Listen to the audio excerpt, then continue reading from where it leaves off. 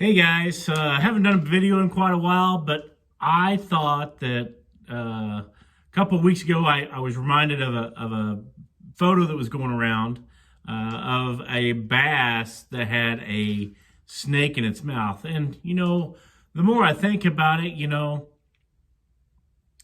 the more I realize that can happen, no problem. I bet they eat snakes all the time. I mean, bass will eat a 12-inch worm. I mean, why wouldn't they eat a snake if they're going to eat a big 12-inch worm? I thought that I'd do this video and tell you about my most harrowing experience with a snake in the boat. So it was probably about 15 years ago. I was at Grand Lake fishing with my son Sam, and we were flipping willows, flipping bushes at Grand Lake. It had rained and the water came up into the bushes and into the willow trees, and it was May to June, and that bite is just phenomenal that time of year. Well, back then, before GRDA lost their rights to keep the water to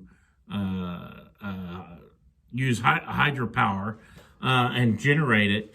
They lost that power when Miami, Oklahoma, sued them for keeping the water too high for too long. So when it doesn't get like that very often anymore, but anytime the water gets above, I think it's 745 now, the GRDA loses control of that, and the Corps of Engineers actually takes over and gets it down to a more manageable state. But anyway, back to my story.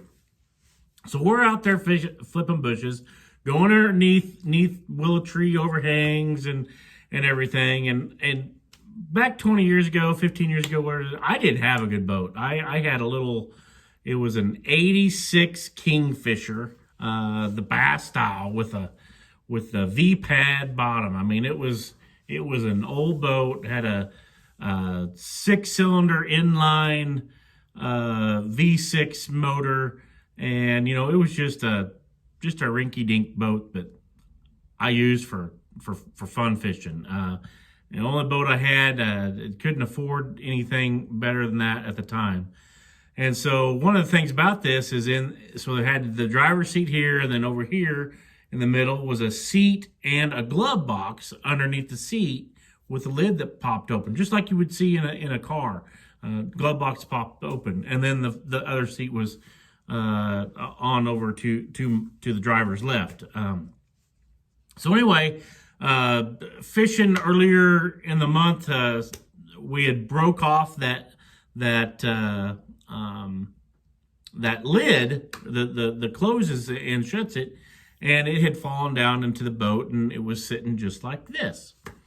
Well, as we're going along fishing, we're catching fish, and it's about 5 o'clock. It's time to go in and go in for dinner. I told the wife and my parents that I would get I would be back by 5 o'clock to eat. And they told me dinner would be ready then.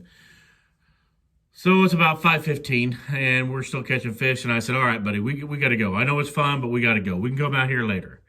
And so we got on plane, started going in. We had to go underneath Elk River Bridge, so we had to shut down and go underneath there.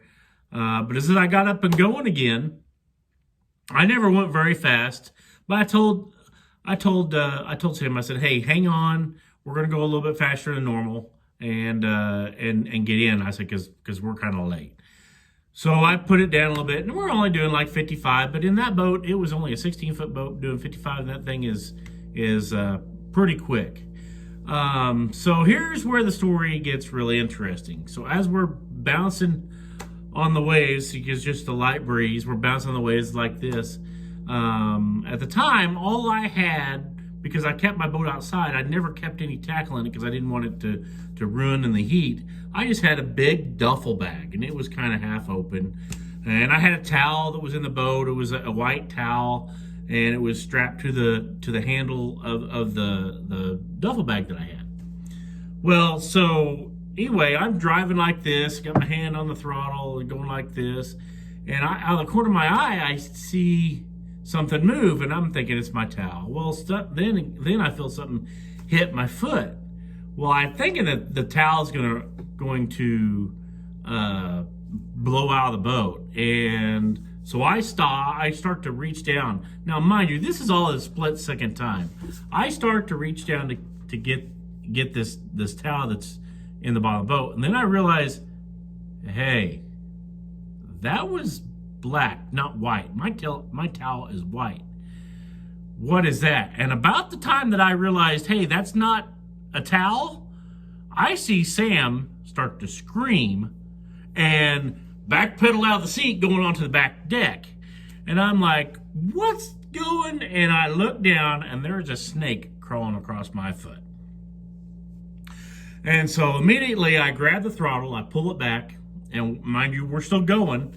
I jump on the back deck, I grab him, keep him from going, and as I grab him, we kind of slide down and stop.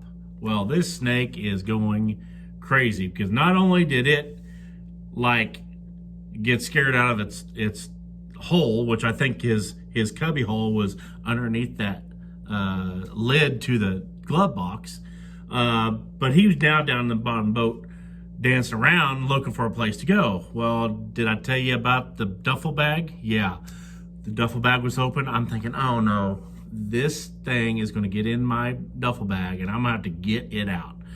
This is not a good thing. I do not like snakes. I like to see snakes from afar, and no snakes for me. Thank you very much. So anyway, so he's back in the boat. He's like, what are we gonna do? What are we gonna do? What are we gonna do? And I'm like, I don't know yet. Let me just think about it. Well, thankfully, this snake does not get into my duffel bag, and it goes up on the front deck. Well, there's two good things. There's a good thing and a bad thing. First, it's on the front deck farther away from me, which is good. But how am I going to get this thing out of my boat? So, can you tell I don't like snakes? I still hate telling the story because it gets me all wired up. So, what do we do? So I was like, okay. So I'm like, okay, I'll reach my big flipping stick that I was just using, and I'll push him on up. Well, so I go to reach for it. I can't reach it. It's right in the middle. First, the snake is right in the middle of the deck, and I don't want to go anywhere near the damn thing. And then I'm trying to reach for the pole, and I can't reach it. And then I realize the thing is tied down too. So that's not going to work. So I reach over, and I'm like, okay, I'll just use Sam's pole. So I reach down, grab it, and I go to reach for it, and well, the thing goes up farther underneath right underneath the trolling motor, where it lays down on the edge of the top cap there at the boat. So I'm like, oh, now I got to get down in the boat, closer to the thing, so I can get him out. Well, I get a couple steps, and I get probably about this far from the snake with the pole, and he slithers on into the water. Thank goodness. Well, mind you, that thing is that lid is still in underneath my console where my feet are. So of course I've got get back in the seat, and I turn sideways like this, and I hammer it, and I'm riding like this the whole way home. Now, nothing was under there, but I promise you, I didn't touch it for 2 hours.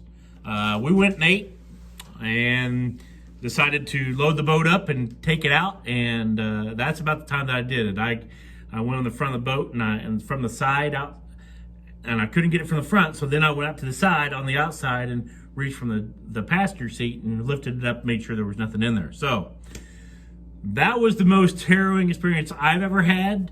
Have you guys had any experiences like that? I'd love to hear them in the comments.